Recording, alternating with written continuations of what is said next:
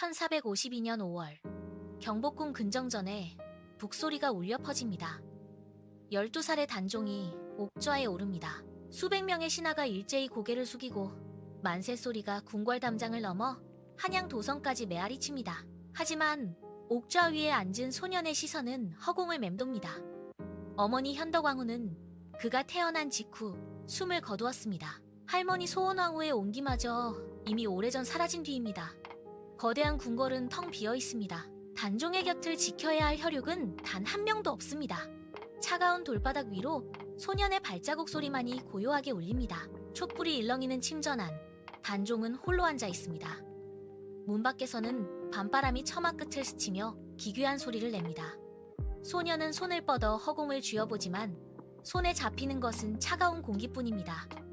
조정의 신하들은 엎드려 충성을 맹세하지만 그들의 눈빛은 소년의 뒤편에 서 있는 그림자를 향합니다. 화려한 즉위식의 막이 내리고 궁궐에는 서늘한 정적만이 감돕니다. 조정의 공기가 바뀌기 시작합니다. 수양대군이 걸음을 옮길 때마다 신하들의 시선이 바닥으로 쏠립니다. 그는 단종의 뒤편, 가장 가까운 거리에서 멈춰섭니다. 소년 왕이 정사를 논하려 입을 열면 수양대군은 한 발짝 앞서 나와 대신들의 의견을 가로챕니다. 그의 목소리는 낮고 단호합니다. 대신들은 수양대군의 눈치를 살피며 말을 고릅니다. 회의가 끝날 때마다 수양대군은 단종의 어깨 너머로 차가운 시선을 던집니다. 조정의 중심이 서서히 기울어집니다. 김종서와 황보인을 비롯한 대신들은 수양대군의 행보를 경계하며 헛기침을 내뱉지만 그들의 손끝은 미세하게 떨립니다. 수양대군은 옥좌 근처를 맴돌며 단종의 일거수일투족을 감시합니다. 소년왕이 붓을 들어 교지를 쓰려 하면 수양대군이 다가와 그 옆에 서서 지시를 내립니다. 잉크가 번지고 종이 위에는 왕의 의지 대신 수양대군의 의중이 새겨집니다. 궁궐 복도에는 수양대군의 발소리가 울리고 그 소리가 들릴 때마다 신하들은 벽 쪽으로 물러나 길을 툽니다. 소년왕은 옥좌에 앉아있지만 그를 둘러싼 공간은 점점 좁아집니다. 조정의 기둥이었던 김종서와 황보인이 차례로 궁궐에서 사라집니다. 그들이 앉았던 자리는 텅 비어있고 그 자리를 채운 것은 수양대군이 심어놓은 측근들입니다. 수양대군은 거침없이 칼을 휘두릅니다. 반대파 대신들은 밤사이 끌려나가고 그들의 집무실은 굳게 닫힙니다. 단종은 궁궐 복도를 걷습니다. 어제까지 자신에게 고개를 숙이던 신하들이 이제는 눈길조차 피하며 벽을 따라 뒷걸음질 칩니다. 소년 왕이 말을 건네려 손을 뻗지만 신하들은 서둘러 고개를 돌려 다른 곳으로 향합니다. 궁궐의 문들은 하나둘씩 빗장이 걸립니다. 단종이 머무는 침전으로 향하는 길목마다 낯선 무사들이 배치됩니다. 밤이 깊어지면 단종은 홀로 방 안에 남습니다. 밖에서는 수양대군을 따르는 이들의 웃음소리가 들려오지만 단종의 방 안에는 정막만이 흐릅니다. 소년 왕은 문틈으로 밖을 내다보지만 보이는 것은 오직 횃불을 든 무사들의 그림자뿐입니다. 단종의 곁을 지키던 마지막 충신들마저 사라진 자리. 이제 소년 왕은 거대한 궁궐이라는 감옥 속에 완전히 갇혀버렸습니다. 아무도 그를 찾지 않고 그 또한 누구에게도 닿을 수 없는 고립의 시간이 시작됩니다. 단종이 책상 앞에 앉아 붓을 듭니다. 떨리는 손끝이 종이 위를 맴돕니다. 교지를 적어 내려가려 하지만 문 밖에서 들려오는 발소리가 붓끝을 멈추게 합니다. 방 안으로 들어온 수양대군의 측근들은 단종의 등 뒤에 바짝 붙어 섭니다. 그들은 단종이 쓰는 글자 하나하나를 곁눈질하며 감시합니다. 단종이 자신의 의지를 담아 문장을 고치려 하면 측근 중 한 명이 손을 뻗어 붓을 낚아챕니다. 그들은 단종의 손을 강제로 멈추게 하고 미리 준비된 다른 문구가 적힌 종이를 들이밉니다. 단종은 그 종이를 내려다봅니다. 소년 왕이 거부의 뜻을 밝히려 고개를 들지만 주변을 에워싼 무사들의 차가운 눈빛이 그를 짓누릅니다.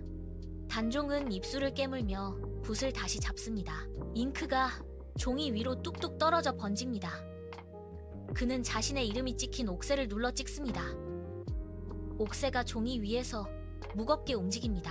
교지가 완성되자마자 측근들은 그것을 낚아채듯 가져가 버립니다. 단종은 텅 빈 방 안에서 벽을 타고 흐르는 촛불의 그림자만을 응시합니다. 1453년 깊은 밤, 궁궐의 공기가 급격히 뒤틀립니다. 단종은 침전 안에서 촛불을 응시하고 있습니다. 그때 정적을 깨고 날카로운 금소금이 들려옵니다. 쇳소리가 복도를 타고 울리고 뒤이어 비명과 둔탁한 타격음이 잇따릅니다. 단종은 벌떡 일어나 문으로 달려갑니다. 그는 빗장을 풀기 위해 손을 뻗습니다. 문고리를 잡고 힘껏 당기려는 순간 밖에서 묵직한 창날이 문틈을 뚫고 들어옵니다. 문 밖을 지키던 호위무사들이 칼을 가로질러 문을 봉쇄합니다. 단종은 문을 밀어보지만 밖에서 가해지는 압력에 문은 꿈쩍도 하지 않습니다. 그는 문을 두드리며 소리치려 하지만 밖에서는 차가운 목소리만이 들려옵니다. 들어오지 마십시오. 밖은 위험합니다. 단종은 문에 등을 기댄 채 바닥으로 미끄러집니다. 발밑에서 진동이 느껴집니다. 궁궐 마당 전체가 누군가의 발걸음과 칼날이 부딪히는 소리로 가득 찹니다. 그는 양손으로 귀를 막고 몸을 웅크립니다. 단종은 눈을 감고 숨을 죽입니다. 밖에서 들리는 비명소리가 잦아들 때까지 소년왕은 문 앞에서 한 발짝도 움직이지 못한 채 떨고 있습니다. 새벽에 푸른 빛이 스며들며 침전문이 삐걱거리는 소리와 함께 열립니다.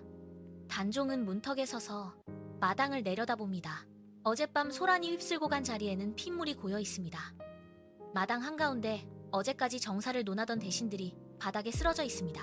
그들의 몸 위로 흩어진 서류들이 붉게 젖어 들어갑니다. 단종은 한 걸음 내딛지만 발끝에 닿는 차가운 혈흔에 멈춰섭니다. 그는 입을 열어 누군가를 부르려 하지만 목구멍에서 쇳소리 같은 거친 숨만 새어나옵니다. 마당 구석에 놓인 갓과 신발들이 주인을 잃은 채 뒹굽니다.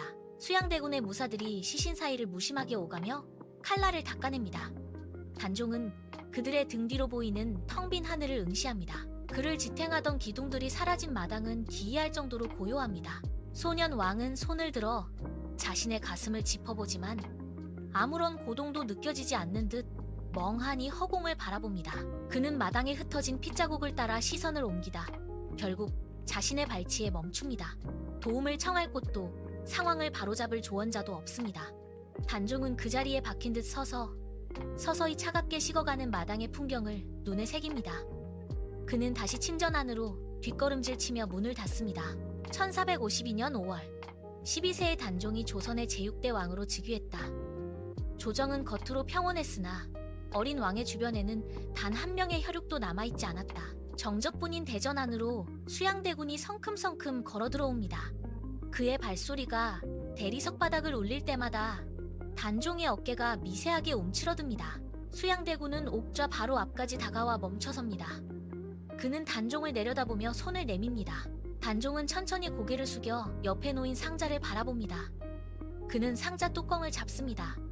손가락 마디가 하얗게 질릴 정도로 힘이 들어갑니다. 뚜껑이 열리는 소리가 대전 안에 날카롭게 퍼집니다.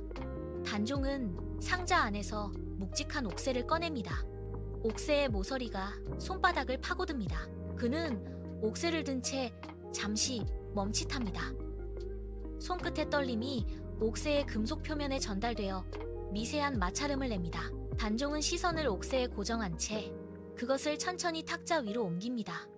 옥새가 나무 탁자에 닿으며 둔탁한 소리를 냅니다. 그는 옥새를 놓은 손을 즉시 거두어 자신의 소매 속으로 숨깁니다. 탁자 위에 홀로 남겨진 옥새가 촛불을 받아 번들거립니다. 수양대군이 손을 뻗어 그 옥새를 덮칩니다. 수양대군의 손가락이 탁자 위에 옥새를 거칠게 낚아챕니다. 옥새가 닿았던 나무 탁자 위에는 옅은 자국만이 남습니다. 단종은 그 모습을 묵묵히 응시하다가 천천히 자리에서 일어납니다. 그의 움직임에는 망설임도 반항의 기운도 없습니다. 그는 옥좌를 등지고 대전의 출입문을 향해 걷기 시작합니다. 발걸음마다 대리석 바닥을 울리는 규칙적인 소리가 대전 안을 채웁니다. 수양대군은 옥새를 든 채 단종의 뒷모습을 내려다보지만 단종은 뒤를 돌아보지 않습니다. 그는 열린 문틈 사이로 쏟아지는 눈부신 햇살 속으로 걸어 들어갑니다. 대전 안의 어둠과 밖의 밝음이 대비되며 그의 형체가 흐릿해집니다. 궁궐 마당으로 내려선 단종은 멈추지 않고 계속해서 직진합니다. 그의 그림자가 돌길 위로 길게 늘어집니다. 호위무사들이 길을 비키고 그는 그 틈을 지나 궁궐의 정문을 향해 나아갑니다. 정문 너머로 보이는 세상은 넓지만 그가 향할 곳은 어디에도 없습니다. 단종의 뒷모습이 점점 작아지며 궁궐의 거대한 문 안쪽으로 사라집니다. 단종은 궁궐의 경계를 넘어 역사의 소용돌이 속으로 완전히 걸어 들어갑니다. 단종이 떠난 대전안은 순식간에 기묘한 정적에 휩싸입니다. 텅 빈 옥좌 위로 열린 문틈을 타고 차가운 바람이 들이칩니다. 바람은 대전 바닥에 깔린 먼지를 일으키며 옥좌 주변을 맴돕니다. 옥좌의 등받이에 닿은 바람이 웅웅거리는 낮은 소리를 냅니다. 수양대고는 옥새를 쥔 채 옥좌 앞에 서 있지만 그가 앉아야 할 자리는 아직 주인을 찾지 못한 듯 낯설게 느껴집니다. 대전마당의 나뭇가지들이 바람에 흔들리며 창호지에 불규칙한 그림자를 들이웁니다. 보호막이 사라진 왕권은 이토록 허망하게 흔들립니다. 단종을 지탱하던 혈육의 기록은 이제 어디에도 없습니다.